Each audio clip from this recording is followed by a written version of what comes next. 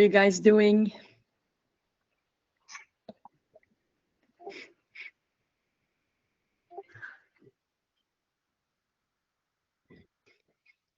I see Marta. You unmuted, but we don't hear you.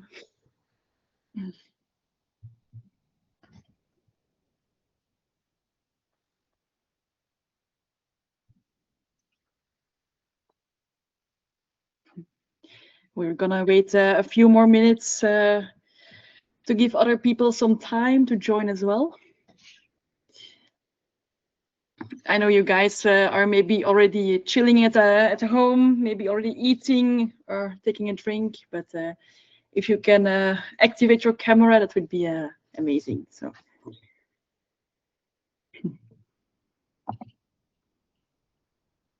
I see Geoffrey already did. Yes, thank you.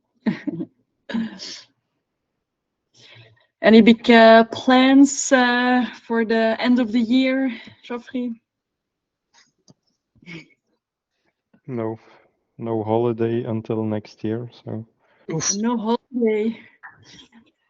But maybe you already did a big holiday during the year. Nothing special actually, so. No? No. All right. No big plans. All right, staying at home. That's also nice with family. Yeah, true. Nice. So maybe we can already give a quick introduction for those who don't know me or Yannick yet, and the others will come along. So both Yannick and myself, we're already at Luzmo for more than 5 years now. So we know the product quite well. We've seen it evolve, which was very interesting. And I am one of the customer success managers here at Luzmo, and Yannick is a product manager who actually also is a brain behind the embedded dashboard editor. And he was also a developer before, so he also developed it, right, Yannick? Yes, it's interesting to see it both from the technical and the product standpoint. Indeed. Hi, Iago. Am I saying that correctly, Thiago?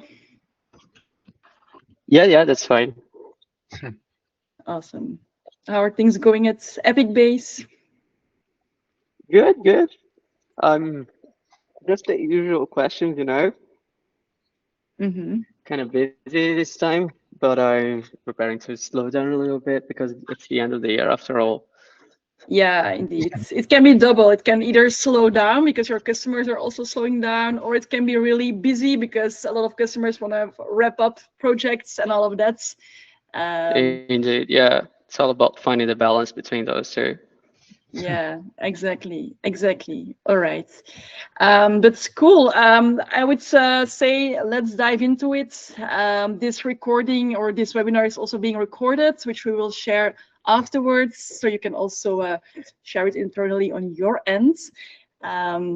But so what we will do the upcoming 45 minutes, let's say, is talk about the what and the why of the embedded dashboard editor, some use cases, business value, of course, and then Yannick will also give you a demo, discuss more about the technical setup, and then we will have enough room for Q&A in case you might have any questions. All right. Don't forget to write down your questions, and then you can have them at the end. And if you're up for activating your cameras, that's always nice as well. And for the end, for the Q&A, don't be shy. Feel free to just shoot and ask questions. Okay. First of all, for those who don't know the embedded dashboard editor yet, what is it exactly? Well, you can, of course, embed dashboards in your own products, but then you can also give more power to your end users by allowing them to also play around with the dashboard themselves. So you're not only embedding a dashboard in your product, but also the whole editor as you know it from in your own Luzmo account, which we will show you later on. So with EDE, in short, you give more power to the end users, as such that they don't need to go out of your product to play around with the dashboards. So this is a huge solution that we have since last year. Of course, why would you be interested in the embedded dashboard editor? Well, first of all, there's some positive points for you, of course. First of all, it's going to make you different from your competitors. It's another value proposition that you can give to your end users and really create your brand around it. Next to that, you can also use the embedded dashboard editor as an additional revenue stream, which I will go deeper in a moment. Today, it might also be possible that your product team or your customer success teams are taking a lot of time developing a BI or an analytics part in your products, or creating Excel files, building graphs on top of that to share with your end users. But with EDE, you can really save your team's time, as such that they can also focus on your own core products and also on the success of your customers, right? It's white labeled. It can really be customized in a styling perspective, as such that it seamlessly also fits your own products. So that's important, of course, as well, as such that your end users don't notice that you use a third-party tool for that. And of course, your product also becomes more sticky, because your end users don't need to go out of your product to be able to play around with data. Of course, what's in it for your end users, also quite important. Everyone loves to play around, to build stuff, to create stuff. So playtime is always a nice adding within your products. It increases satisfaction, but most importantly, they have the possibility to explore your data. And on top of that, you can also allow them to add their own data as well within your own products, as such that they have more like a 360 view, like it's a small BI tool within your products. So they can combine your data with their own data, play around, get more insights without the need of going outside of your products and use Excel files or another tool. So that's also really empowering to make sure that the end users have more possibilities. All right. Now we've also prepared some use cases that we see quite often with the embedded dashboard editor. Yes, indeed. We have built an embedded dashboard editor in a very customizable way, because we know that for such a complex solution, there is no one size fits all. So we have used a feature flagging system where you can disable a lot of features based per user with a feature flag. So you can build lots of possible solutions with the embedded dashboard editor. And I've chosen to highlight 3 here that we have seen working with real world use cases with clients of ours. And I will go through them in order of increasing power. So this first one is really a very limited one in terms of power. It's where you provide a template dashboard to your end user, and they can create a personalized variant from this template dashboard. They cannot navigate to other dashboards. They can only stay within the context of this personalized template. And you see on the bottom the feature flags that I used or that I disabled. And by doing that, we come to this use case where you can actually only move charts around and resize them and edit the settings of each chart. You can also adapt the styling of the dashboard and the charts. And you can create dashboard export schedules via mail, for example. The important thing to note here is that your end user won't have access to the data tab in the side menu. So they won't see the data sets, and they won't be able to drag columns to charts. So they will only be able to rearrange the current dashboards. If we go to the next use case, that's a bit more powerful. You can see that on the top left in the screenshot, the add item button is now visible, which means that your end users can add new charts to the dashboards or remove charts. And you see on the right side that they also see the datasets tab. But they only have they only have access to the data sets that are already in use in the dashboard. So they cannot search for other data sets that you did not give them access to, and they can also not upload their own data sets. So with this solution, your end users can do some limited data exploration within the scope of the data sets that you provided to them. They can add a new chart and use the columns of the data sets they have access to in those charts. So that's the extra things they can do compared with the previous use case. And if we go to the third use case, that's really the most powerful you can go. You see that there are no feature flags disabled, so you have access to all functionality. And this really is a full power BI tool embedded into your own products. So which extra things can you do here compared to the previous one? You see in the dropdown in the screenshot that you have the new options, new dashboard and open dashboards, which means that your end users will be able to create new dashboards and navigate between the dashboards that they created. They will also be able to share those dashboards that they created with other users in the system. So there is really full dashboard discoverability within this scope. And something else important is that they can connect their own data sets. For example, if they want to show some data on a map, but you didn't provide them with geodata, they could upload their data set themselves, link it with the data sets that you provided, and in that way enrich their dashboards with their own data. So this really is the most powerful use case where you could call it sort of BI sandbox, where they really can upload their own data and analyze everything in there as they wish. All right. Thank you, Yannick. And of course, you guys now saw some screenshots, but at the end, we'll also do a quick demo so that you can see it in real life, which is, of course, more exciting as well. But so the business value, because, okay, you can have this additional solution or feature in your product, but what does it mean for you as a business from a monetization strategy, right? Because, of course, you want to make sure that you get ROI out of it. So there are two main things that you can do. On the one hand, you can choose to incorporate this feature in your current SaaS pricing module, or, which I will show you later on, you can also do something from an upsell way within the embedded dashboard editor itself. So first one, how you can incorporate it in your current pricing model.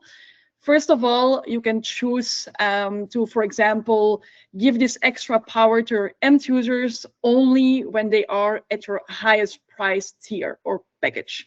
This means typical SaaS pricing, the more you pay, the more you get.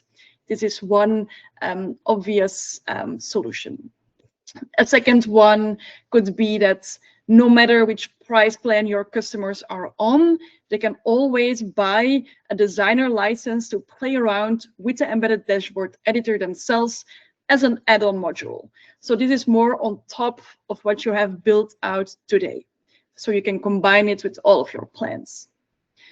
If we go a step further, I also have a customer who was really creative and even created their separate analytical pricing module. So on the left side, you see that they have My Analytics, which is a pricing scope for only the analytics part. So everything that has to do with what they offer with Luzmo. And then there you also have the more you pay, the more you get. To give you some more background, you not only get, for example, the embedded dashboard editor as premium, let's say, but they open up also more dashboards towards premium, and within the same dashboards, they also open up more features, like, for example, the measure and dimension picker. So this is also a really creative way on how you can incorporate it in your own business model. Besides incorporating the embedded dashboard editor in your current pricing, you can also choose to upsell within the embedded dashboard editor itself. Yannick already showed you some possible use cases where you give more power depending on the features that you open up. So that's also something you can use to play around with for your pricing. For example, you can start with the basics compared to an advanced power sets or use case within the embedded dashboard editor. And how you can do that is because the feature flags that Yannick showed as well, it's really on end user level. So even when you open up the embedded dashboard editor, you can still choose which user has how many power based on a feature flag system.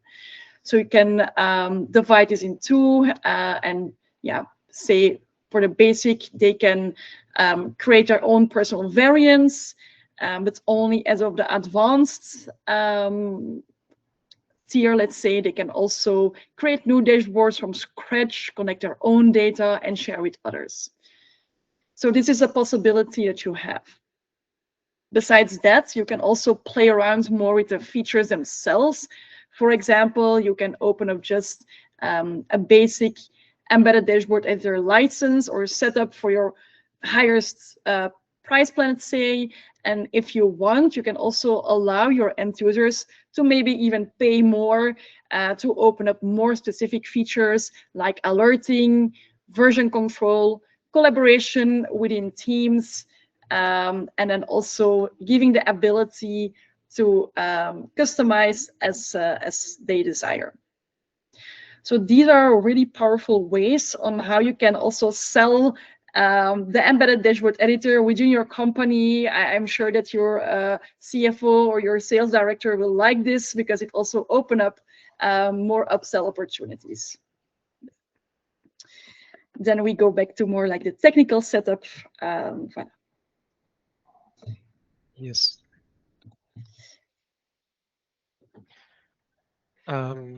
I'll take over screen sharing now. All right, perfect. So this is a quick overview of the general Luzmo embedding process. So with white labeling and theming options, you can seamlessly embed the dashboards in your application and make it look exactly like your application. We're API first, so if you want to display some information in a side menu, like I will show in the demo, you can retrieve that via API. And the toggle to switch to the embedded dashboard editor can be triggered via API, so you can style and design this button anywhere on your page. Luzmo is, of course, multilingual and multi-tenant out of the box. So using the parameter filtering system, you will be able to filter out the data for your customers so that they see their own data only in their own language. So these are all part of the standard Luzmo embedding procedures. If we zoom in to the embedded dashboard editor, how you can set it up is the first step is you have to create an integration in the Luzmo application. Doing that, you can select which dashboards and datasets should be part of that integration and will be exposed to your end user. And you can select the access rights on each of those.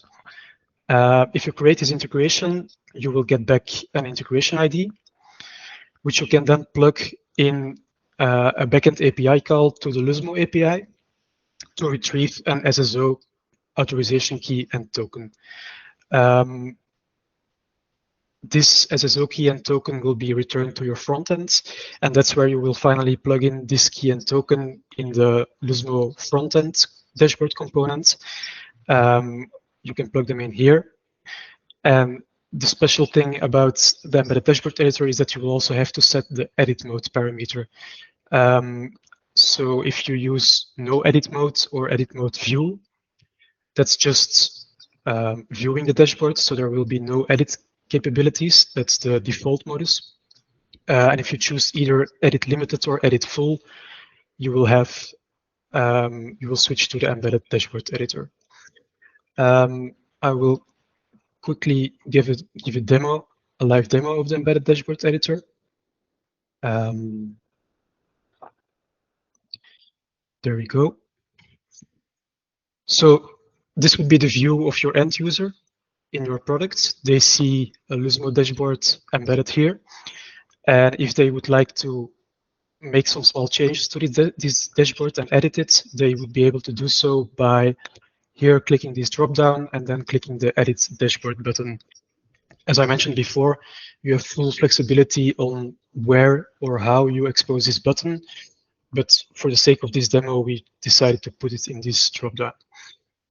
So if you click the Edit Dashboard button, you see that the screen transforms to the Luzmo dashboard editor, which means you can drag around charts, you can resize charts as you're used to, and you can add new charts to the dashboards. So your end user really has full power over the dashboard here. They can analyze the datasets that you provided. For example, I will drag some columns to my new chart here. And you can also go into the settings of each chart to really personalize what you're doing. You also have access to the theming options. So you can change the theme of the dashboard. Your end user can choose which theme he likes or even choose a custom theme. If they would like some more actionability on this, what they can also do is set an export schedule. So this is really a powerful feature that your end users have access to. They can say, okay, I've personalized my dashboard now. I want to have this mailed to me every week, for example. They can set a schedule right here, and it will be mailed to them every week. As I mentioned, so this is an example of the full power embedded BI use case. So you have access to the new dashboard and the open dashboard buttons, so you can navigate between dashboards from right within here, which is very powerful. Or you can start a new dashboard completely from scratch, add some new charts, and even upload your own data. You see that right now I only have access to local file uploads, which is by design. Also, via feature flags, you can enable each data source per data source. So for each data source, we have a flag. So if you want to give your end users access to uploading Postgres sets, you can enable the flag for them, and they will be able to connect their database here. And then I would like to zoom in on the variant system a little bit. So as I mentioned, you can see, that's not right. Yeah, that's better. Right here, I don't have access to edit the dashboards because I don't have enough access rights on the dashboard. So if you, as designer of the integration, decide that your end users cannot modify the template dashboard directly, you can set those access rights in the integration. But what your end users can then do is create personalized variants of these dashboards. They can do so in the drop-down here and click the Create Variant button. You will see that it switches to the editor. And now with this icon, it's clear that the user is in their personalized variant. And so they can again make changes here, personalize it completely for them. And once they're happy with the results, so they can delete some charts, for example. Once they're happy with the results, they can set this variant as default for themselves. So you have the star icons here, which means favorites. And let's say I just created this favorites, this variant. You can click this button and it will be favorited for yourself, which means that if this user comes back later, so if I refresh the page quickly,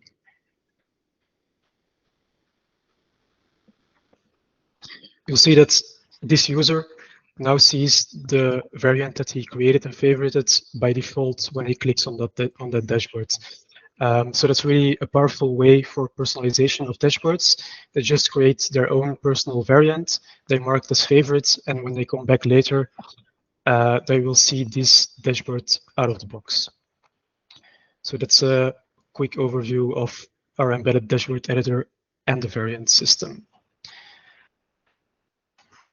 All right. Thank you, Yannick.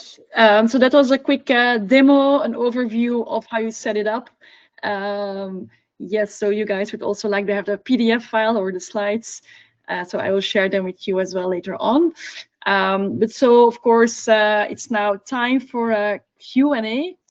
So don't be shy, go ahead. If you have any questions for me or Yannick, shoot, please. Maybe everything was super clear. Go ahead. Yeah, I'm wondering, the feature flags for a set of users, or is it to be set by user, or is it determined by the integration you set up? It's indeed it's determined at the backend level. So you as the integration owner have full control over this. So you create the SSO token for your end user, and it's at that point that you set the feature flags. So you could differentiate those feature flags based on some properties of the user that you see coming in. Yeah. So in the end, if we want to see different permission sets for different groups of user, we need to create different integrations and then address them from our application. Today, yes, but that's indeed a good point and a current limitation of the system, but we are working on an upgrade of that where you will be able to set access rights also directly on the token. So in one go, you will be able to set access rights and feature flags, which will be very powerful because you won't need multiple integrations anymore. Okay. Yeah. Geoffrey, would you like to see how it looks like in the code, the feature flag? No, my code reading colleague isn't present. Okay. I'm not that one. No worries, no worries. I can also share it afterwards. All right. Is it clear for you, Geoffrey, or do you have another question? I'm checking, but I think most of my questions were answered. But just to be safe, each single data source can be set by a feature flag as well. Yes. And does it mean like you can set a flag for Postgres and one for MySQL? Yeah, exactly. Yeah. Okay. So again, it's a very flexible system because it's user-based. So you could say that user A has only access to MySQL and user B only has access to Postgres, if you would want that. On our academy, we also have a whole course from more like a setup perspective. And one of the articles there also shows you all the flags possible that you can use to really customize. And as you can see, it's a lot. Know that we also are always open for suggestions. If you're maybe missing a feature flag, let us know, because customer feedback is important to us, and we're always open to listen, of course, and see how we can improve your experience and the one of your end users, of course. Yeah. So, Laura, yeah, I'd like to ask something. Well, first of all, thanks for the expose, Laura and Yannick. Very cool feature. I think what I would like to know, what's not very clear to me at the moment, is that the way we work with Luzmo, so we have all of these data sets that are all connected, and when displaying our dashboards to our customers, we work with filters to kind of like aggregate only the data that's relevant to a given user. So if we enable this this BI editor too for the end users as well, it's not clear to me how would we make sure that, for example, a user can only see data that's relevant to him. Is that anywhere in this framework, or how would we go about that? Yeah, so when you set up the integration, you have the possibility in the user interface to set a parameter filter on the datasets that you add to the integration. And using that parameter filter system, you can set that parameter when you then request the SSO token, which is our multi-tenancy system. And by doing that, you will also in the embedded dashboard editor ensure that the datasets are filtered only to the data of this user, and I will not be able to break out of that context. Because it's done on the backend level, on the token level, there will be no way that the user can break out of that filter system. Makes sense to me. Is there any relevant support article that you can forward to me about this? Yeah, sure. Let me share. Maybe after this call, I can share all of the information as well. Yeah, I will put it on email for you. Okay. That sounds great. Thank you. Awesome. So another thing is that when we're talking about the users who can access this feature, the end users, that is. So is each person who can play with the editor also a user in our own account, or how does that work? You mean in your Luzmo account? Yeah. Yeah. So like in our team. Yeah, so once you create an SSO token, we will automatically create the accompanying SSO user, and indeed that will be shown as a user in your organization page in Luzmo. They will be part of a sub-organization, and you will see the SSO users there. Yeah, but they don't have an access to the Luzmo platform. They don't have a username they don't have a password, so yeah, password indeed. Yeah, they can't log into your system and access everything that you see. That's not the case. Yeah, but they are indeed also counted as a monthly active designer from an invoicing perspective. Yeah. Okay, that makes sense. Okay. And if that SSO user has been created with a designer role, which you set in the SSO token, and for example, now in December, they open up the embedded dashboard editor within your product, then they are counted as a monthly active designer. Imagine in January, they are fully off the whole month, or they only view it, the embedded dashboards, they don't use the embedded dashboard editor, then they are not counted as a monthly active designer because they didn't open up the editor, right? That's also why we call it monthly active viewers, monthly active designers, because we look at their behavior on a monthly basis. Right. Yeah. So if that user wants to share that dashboard with somebody else in their company, is that other user who only views but doesn't play, does that also count as a designer? Do they also need an account for that? No. If that receiving user does not edit the dashboard but only view it, it will be a monthly active viewer. Yes. All right, great. I think that's all my questions for now. So thank you again. Yeah, sure. There's a lot of possibilities because again, with EDE, you have like a combination of access rights and the role that you give to them, and based on the combination and the feature flags, there's a lot of possibilities in terms of power that you give them, what they can do with other users, even favoritize it for other users within their own organization. So lots of use cases there. And yeah, for sure we have to look into these more often because we're not using all of these features right now. Yeah. So, but I'm sure that it opens up a lot of possibilities. Yeah, for sure, and also from a monetization way of looking at it, of course. So that's interesting. Small detail. Any other questions? Maybe Ron or Andrew, Scott, Jenin.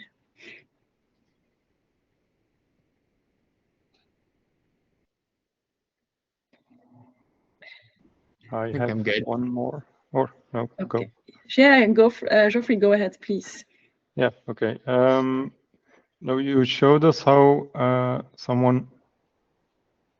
Hang on. Let's rephrase. You showed us how to create a variant of a dashboard, Yannick, and these variants can be shared with other users as well, or is that limited? Yes, they can be shared with our users as well, but I always maintain the link with their master dashboard, let's call it, or template dashboard. So if you share both the template dashboard and a variant with the same user, they will have access to the templates, and in the variants dropdown, they will also see that variant that you shared. Yeah. And if So you want, go ahead. variants are always, they can always be distinguished from the master dashboard. So you always have to select it from a dropdown. It's not like you can display a variant as a standalone dashboard. If you want to display a certain variant by default, you can use the favoriting system that I showed with the star. Yeah. That will make sure that when you open that dashboard, that variant pops up as default. But really embedding a variant as a standalone dashboard without any link to the templates today is not possible. No. Okay. If you would like something like that, I think it would be more useful to use the make a copy feature, which is where you just duplicate the current dashboard entirely, and it becomes a top-level template again. And that you can embed separately. Thank you, Yannick. Sure. Any other questions? I think Scott still had one. No, I was saying that I didn't have any. Okay. All right, no worries, no worries. But if you're thinking about all this information, because I can imagine it's a bit of information overload, and you still have questions, or you still would like to have another session about it, you can always reach out to your dedicated customer success manager or to me, and then we can have still another session on it to answer your more questions in more detail if desired. Yeah. We will also share this recording with you guys, and then also the presentation itself. And then you can also share it internally with your colleagues, your managers, whoever who is interested. All right. Was this kind of webinar useful to you guys? I mean, would you recommend it to other people in your organization? Yes, I shall pass it on. Yeah. Awesome. Where can we see the upcoming webinars like this of Luzmo? Okay, so Janine, you prefer to have more of this. Well, actually, to give you some transparent information, this is the first kind of business products webinar that we're doing, and we were a bit interested to see like if this is something our customers would like to see more often. So if I understand from Janine, the answer is yes. So definitely things we can do more. And if you have certain topics in mind, please let me know as well. You can always reach out to me via laura@luzmo.com if you have suggestions for these kind of webinars. If we have an upcoming webinar, you will see it via email and maybe also in app in Luzmo itself. Very new with Luzmo. Okay. Which company are you from, Janine? I don't know by heart. Various. I just joined 2 weeks ago. Okay. And you're new with Luzmo as well. You're indeed quite a new customer, I think. Yeah. Yeah. The organization is new, and I am new myself. So. All right. Congrats with the new job. Yeah, and what's your role? I'm curious now. I'm with the communication team. Okay. So, okay. Thank you. All right. If there's no more questions. Whereabouts, if we've got questions, technical questions to, yeah, we're having a particular problem. Yes. On one of the dashboards, where should we send that? Okay, support. Okay. Yeah, so you can always reach out to support for more technical questions or issues. If you or your team have more strategic questions, contract questions, then you can always reach out to your dedicated customer success manager. Yeah. And how do I find that? How do I find out who that is? From which company are you, Andrew? Logicon. Logicon. I don't know by heart, but otherwise you can always also reach out to cs@luzmo.com. Voilà, there you go. Yeah. Merci. De rien. All right. Well, any other questions, or we're good? Okay, so you'll be sending all that information over by email. Yes, I will do that. If not today, I will try to do it this week anyway. Okay. Laura, I'm sure you're not busy tonight. Come on. Same for you guys. So. Okay. All right. Thank you you. very much indeed. Bye, Yannick. Bye, Laura. Thanks, Yeah, everyone. it was our pleasure. Thank you so much for joining. Bye. Thank you. See you. Have Bye. a great week. Bye, everyone.